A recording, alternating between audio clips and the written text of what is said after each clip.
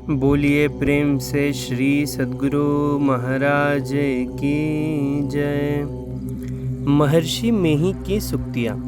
संपादक स्वामी Ashutosh. 5th chapter, शरीर और संसार। पृथ्वी का रंग पीला, पवन का रंग हरा, अग्नि का रंग काला, जल का रंग लाल और आकाश का रंग सफ़ेद होता है। यह पंच तत्वों का शरीर झूठा है। लोग जीवन भर खुश रहने के लिए कोशिश करते हैं। जब वे जानते हैं कि शरीर छोड़कर चला जाना है तो संसार के सुख में कैसे शांति मिलेगी। घर में आपका शरीर है, घर और शरीर एक तो नहीं हो गया। इसी तरह आप और आपका शरीर एक नहीं है। अपने शरीर को सोचो। बच्चा जवान और बूढ़ा होकर फिर लापता हो जाता है। अपने शरीर में भी अनेक टुकड़ों के मिलने से एक होता है। ये संसार भी कण कण से बना हुआ है, इसलिए खंडनीय है। संसार में कोई पदार्थ नहीं जो अखंड हो। शरीर को नाशवान और अपने को अनाश समझकर अपने स्वरूप को जानिए। कितना भी सुंदर सुडौल शरीर है, मल मूत्र के अतिरिक्त उसमें कुछ और पदार्थ नहीं है। कभी कभी शरीर रहते ही धन नाश हो जाता है और प्रतिष्ठा चली जाती है।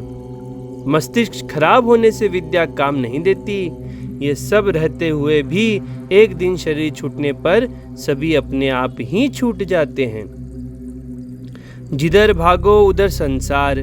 जैसे मछली की सब तरफ पानी है, उसी तरह हम लोग संसार सागर में पड़े हैं और सब और लोभ मोह है। यह संसार सुख का स्थान नहीं, दुख का स्थान है। यहाँ रहकर हम अच्छी हालत में नहीं रह सकते हैं, इसलिए यहाँ से हम लोग चल दें तभी अच्छा है। स्त्री, पुत्र, भाई, भतीजे, परिवार आदि के लिए अपना हृदय खीरा बनाकर रखो। अंदर सबसे हटे रहो, बाहर सबसे मिले रहो। नहीं हटोगे तो भी हटना ही पड़ेगा। यदि पहले से नहीं हटे रहोगे तो बहुत दुख होगा। यह गुरु महाराज बतला रहे हमें कि मृत्यु के बाद तो सबसे छूटना है ही। इसलिए बता रहे कि अगर जीवन जब तक आप जीवित हैं तब तक ही अगर अपने मन को उनसे हटा लें, शरीर से तो साथ रहना है, मगर अगर मन को उससे हटा लेंगे हम तो जीते जी हम उस दुख से बच जाएंगे। स्थूल शरीर छूटता है पर इसके अंदर रहने वाला मन, बुद्धि आदि नहीं छूटते। सूक्ष्म शरीर में जीवात्मा रहकर स्वर्ग सुख भोगता है, फिर स्थूल शरीर को धारण करता है। बारंबार जन्म लेना और मरना पड़ता है। यह शरीर है, कभी न कभी अवश्य छूटेगा, फिर दूसरा शरीर होगा। जैसे एक शरीर में सुख दुख भोगना होता है, उसी तरह दूसरे शरीरों में भी दुख सुख भोगना पड़ेगा। संतों ने कहा, ईश्वर दर्शन करो, उसको पहचानो, तब कल्याण होगा। हम सभी पिंजड़े में बंद हैं। यह संसार भारी कारागार है। एक एक शरीर एक एक कोठरी है। पहरेदार कोई नहीं है और हम स्वयं इसमें रहना चाहते हैं। ये सारा संसार मुसाफिर खाना है। हम लोग आते हैं और जाते हैं। एक ही मुसाफिर खाने में लोग कितनी बार आते हैं और जाते हैं, उसी तरह हम लोग इस संसार में हैं। संसार के जिस तल पर हम लोग हैं, संसार इतना ही बड़ा नहीं है। हम लोग जिस तल पर रहते हैं वह स्थूल है। स्थूल तब तक नहीं हो सकता जब तक इसका पूर्व रूप सूक्ष्म न हो। सूक्ष्म भी तब तक नहीं हो सकता जब तक इसका पूर्व रूप कारण न हो। संसार में रहकर, सौर जगत में रहकर सूर्य के प्रभाव से कोई बच नहीं सकता। उसी तरह अशांतिमय अपूर्ण जगत में रहकर कोई पूरी शांति पावे, पूर्ण संतुष्ट हो, कैसे संभव है। ये शरीर 5 तत्वों से मिलकर बना है। पृथ्वी, जल, अग्नि, वायु और आकाश। ये सभी अज्ञानमय पदार्थ हैं। इन अज्ञानमय पदार्थों के मिलन से ज्ञानमय पदार्थ हो गया, यह विश्वास करने योग्य नहीं है। संसार में 2 तरह के पदार्थ हैं, एक सत और दूसरा असत। जो विनाश नहीं हो, बदले नहीं, वह सत है। जो विनाश हो, बदलता रहे, वह असत है। संसार में रहो और संसार के पदार्थों को औषधि के रूप में लो। संसार से छूटने का यत्न करो, आसक्ति छोड़ो। इस देह में रहकर छोटी उम्र, कुछ बड़ी उम्र, जवानी, अधेड़ उम्र और बुढ़ापे का भोग भोगते हैं। फिर एक दिन शरीर को छोड़कर चले जाते हैं, लेकिन संसार में ही रहते हैं। जो सूक्ष्म संसार है, फिर वहाँ का भोग भोग कर पुनः इस संसार में आते हैं। कितनी बार आए और कितनी बार गए ठिकाना नहीं, दुख कभी पीछा नहीं छोड़ता। कबीर साहब ने कहा ही है कि तन धर सुखिया कोई न देखा, जो देखा सो दुखिया हो। वही यहाँ हमारे गुरु महाराज भी समझा रहे हैं, महर्षि मही जी समझा रहे हैं कि शरीर में जब भी रहोगे और जो भी रहेगा तो वो दुख में ही रहेगा। दुख हमारा पीछा नहीं छोड़ेगा।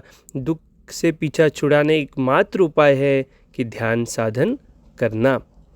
हम लोग ऐसा न सोचे कि संसार ही आधार है। संसार के आधार को जानो। आधार खोजते खोजते आखिर में ऐसा मिलेगा जिसका आधार कुछ नहीं और वही सर्वाधार है। सर्वाधार को प्रत्यक्ष ज्ञान द्वारा जानने के लिए यत्नपूर्वक नित्य प्रति दृढ़ ध्यान करते रहो। अगर कम समय है तो खड़े खड़े करो। जो संसार के आगे का ख्याल नहीं रखते वे भी बच्चे हैं। मैं कहूँगा जिनको जीवन के बाद का ख्याल नहीं, चाहे वे कितनी अधिक उम्र के हो जाएं, फिर भी वे बच्चे हैं, चाहे वे मेरी उम्र के हो व मेरी उम्र से अधिक के हों।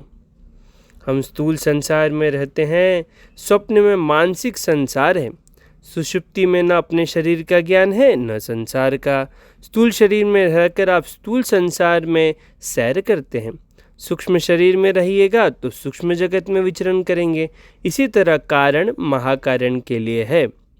एक बात तो यह है कि संसार के कामों से उपराम होना, और दूसरी बात यह है कि संसार के कामों में लगे रहने पर भी संसार से उपरामता रहे। संसार के कामों में त्रुटि नहीं होने देकर उसमें उपरामता रहे, यह उत्तम है। जो कहते हैं ना, तन काम में मन राम में। संसार के कामों और प्रबंधों को छोड़कर नहीं रह सकते। संसार में सभी वस्तुओं का परिवर्तन होता है और अत्यंता भाव होता है। अत्यंता भाव में कुछ भी नहीं रहता है। ये शरीर जल जाएगा, सड़ जाएगा, अंत में रूप का अत्यंता भाव हो जाएगा। संसार की रचना ईश्वर ने क्यों की, ऐसा व वैसा क्यों किया, यह बात मैं नहीं करता। सीमित बुद्धि से असीम का ज्ञान करना हो नहीं सकता। केवल भौतिक पदार्थों से कोई सुखी नहीं हो सकता। भौतिक पदार्थों को छोड़कर भी नहीं रहा जाता। इसलिए सांसारिक पदार्थों में अनासक्त भाव होकर बरतना चाहिए। जैसे कोई घर से बाहर जाना चाहे तो पहले घर ही घर चलना पड़ता है, उसी तरह शरीरों से निकलने के लिए शरीर ही शरीर निकलना होगा, और सब शरीरों से निकलने पर परमात्मा की प्राप्ति होती है। तो यहीं पे हमारा ये चैप्टर ख़त्म होता है। तो इसमें गुरु महाराज ने बतलाया कि बालपन, यौवन, बुढ़ापा, कभी ना कभी तो ये संसार से हमें जाना है। मगर जाना है तो फिर अगर हमें दुख में नहीं जाना है और सुख में जाना है तो जीवित रहते ही बच्चे नहीं बने रहना है। हमें जल्दी से जल्दी योग साधन में भी जवान और बूढ़ा बनना है। तो हम इसके तरफ आगे बढ़ेंगे। बोलिए प्रेम से श्री सद्गुरु महाराज की जय।